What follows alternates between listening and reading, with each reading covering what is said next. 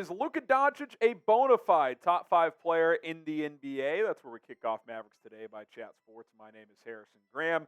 ESPN has been releasing their top ranked players, and they finally got all the way to number 1. And they've got Luka as the 4th best player in the NBA. And I actually agree with 4. I don't agree with one of the 3 that is listed ahead of him. Let's just go ahead and reveal as we bring in Jeffrey Cooper here. I'm interested to hear what you have to say now. If it was me, Coop, going into the season, number 1, I would have Jokic number 1. I agree with that. Him and Giannis have kind of had the same career. I get it. Giannis has had a DPOY, but Jokic is coming off a dominant playoff run. Not just a championship, a dominant He was playoff insane. run. It's one of the best playoff runs of all time. I would put him 1. I would go Giannis 2. I would go Steph Curry 3. Okay. Luka 4. Embiid 5. Now, you know, Embiid won MVP last year. I get all that. But I don't think there's a single GM in the league that would take Embiid over Doncic. I just don't. I don't know. I kind of disagree. I think because some GMs just love the big, and they love what Embiid brings to the table. Even with the injury history? The injury history, being older? It's definitely worrisome for sure, but Embiid can do everything on the court, and I think he is one of the most dominant players in the league for sure. It's really just you're plucking hairs, essentially. I mean, all of these are great players. I think me and you both agree that Luka is top 5. With that being said, though, there are some things that Luka has to work on in order to improve. Yeah, no doubt about it. I mean, look, the Mavericks didn't make the playoffs last year, so that's number 1. You can't, be a team that's consistently doing that. So obviously, he needs to leave Dallas at least back to the postseason this year. Whether he does that or not remains to be seen. I think some of the other steps, Coop, which we've talked about, is obviously he's got to be a guy that's consistently in good shape. He appears to be in good shape right now. Well, he came into good shape last season, Coop, but then they didn't finish that way. He's in good shape, but he's injured. I mean, he has a thigh thing that he's been dealing with since March. He has maybe a hip injury, maybe a calf strain. We don't really know what's going on there, so he's not 100%. Is he in shape as far as conditioning and ready to play basketball? I think so. I think he is ready to go. But it is definitely concerning that he's coming into this season, which is a very important season for him and the Mavericks, that he's already dealing with some injuries. I just wonder, like, as long as he plays international basketball, I don't know if he's ever going to come into a season 100% healthy. And you can never tell him that he can't play international either, because he is the face of international basketball, for better or worse. But as far as, like, on the actual court stuff, obviously needs to cut down the technical fouls. He's been among the league leaders in that over the past few seasons. I think if he stops that, maybe the refs will give him a little bit more respect. Maybe he'll earn a few more free throws per game. And he's already like a top 5 free throw shooter as far as volume goes. And he's got to make more of those. And yes, career 73.9%. That's got to be better. Imagine if Luka shot 80%. We'll take a look at his career averages here right now. He would have averaged 36 a game last year if he shot 80%. So yeah, and look, I think he could average 35 a game this year. And if he's an 82% free throw shooter, then if he does exactly everything else he did the same last year, there's 3 extra points per game probably. Yeah, look, I think Luka can be the best player in the world. He has that potential. He is that good at basketball. But there are certainly things he has to work on, and there are things the Mavs have to work on in order to elevate Luka to that status. I don't think you can ever truly be called the best player in the world if you haven't won a title or even been to a finals yet.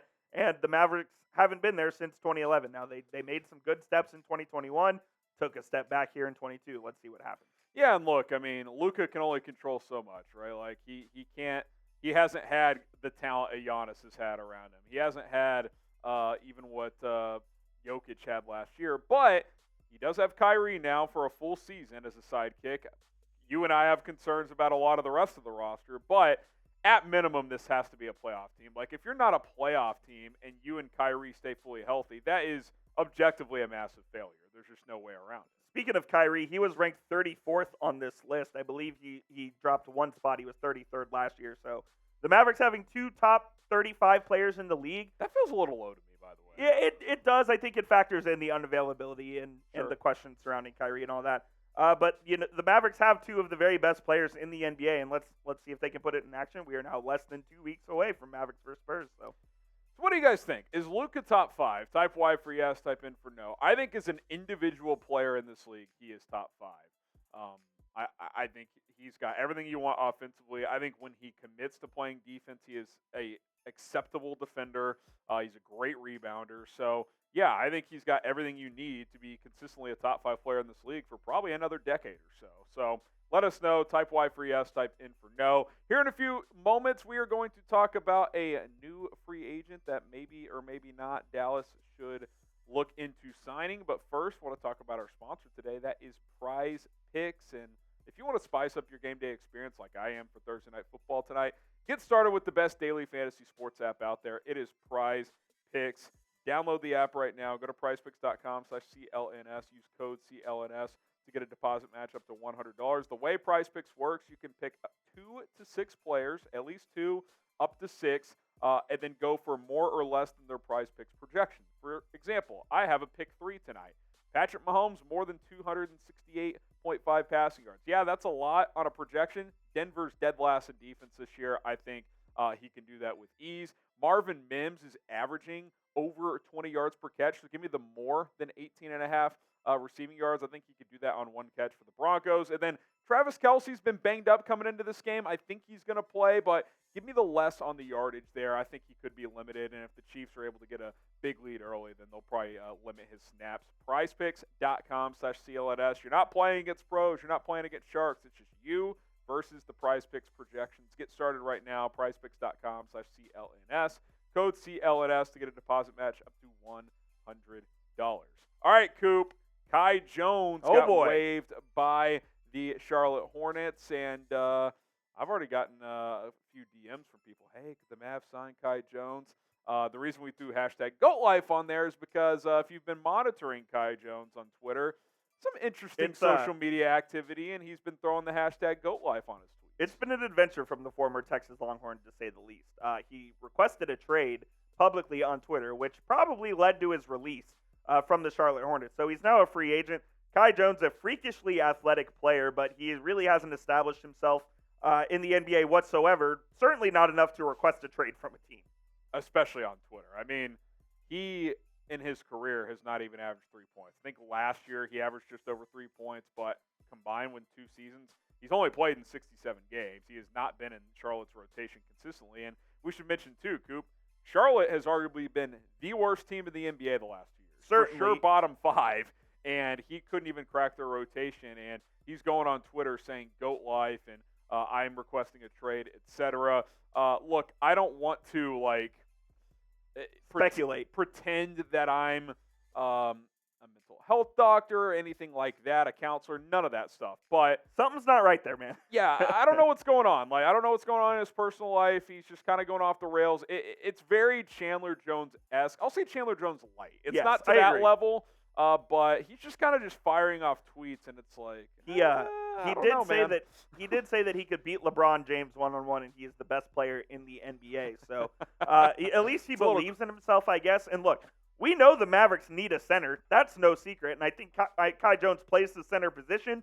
He is freakishly athletic, but they do not need any more headaches than they already have right now. The Mavericks have plenty of them, especially on the court where we don't know what that team's going to look like. I don't think Kai Jones adds anything to the Mavericks right now. Yeah, look, it'd be one thing if he was if people were like, what's going on with you, man? And he had proven a lot in this league, but the fact that he's proven nothing in this league and has been virtually unplayable, I just don't think this is a puzzle you want to try to solve if you're Dallas right now. You already have enough problems. You're coming off a bad season. There clearly are questions at center. Coop and I are talking about that basically every episode, but I don't think Kai Jones is fixing that problem. He is not. I mean, and I know, to be clear, Kai Jones has a center body. He has played the 4 for the most part as well, so he hasn't really truly played the 5. Now, in today's NBA, they're pretty similar, I guess, in some aspects, because it's really about positionless basketball nowadays. But if you're relying on Kai Jones to give you minutes in the NBA, there's a serious problem. Look, this Maverick center position is in dire straits, I would say. It's not this dire. It's not, yes, agreed. I'm not signing Kai. I would sign both of Real Madrid's centers over Easily. Kai Jones. Yeah, I mean, we saw the Real Madrid centers look better than what the Mavs have right now. So I think almost anything would be an upgrade at this point. I think Kai Jones is the exception to that rule. Yeah, so maybe you guys disagree. Let us know. Type S for sign or P for pass. If I knew I could get him back on track, in terms of between the ears.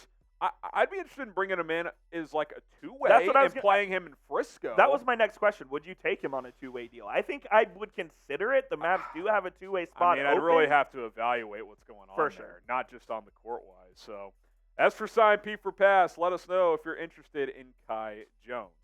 All right, that's going to do it for today's episode of Dallas Mavericks Today. Coop and I will be back soon, getting closer to opening night. If you're excited to get the MFFLs going, let's go, baby, in the comment section. He's Jeffrey Cooperstein. I'm Harrison Graham. Hit subscribe, and we'll talk to you soon. See you soon.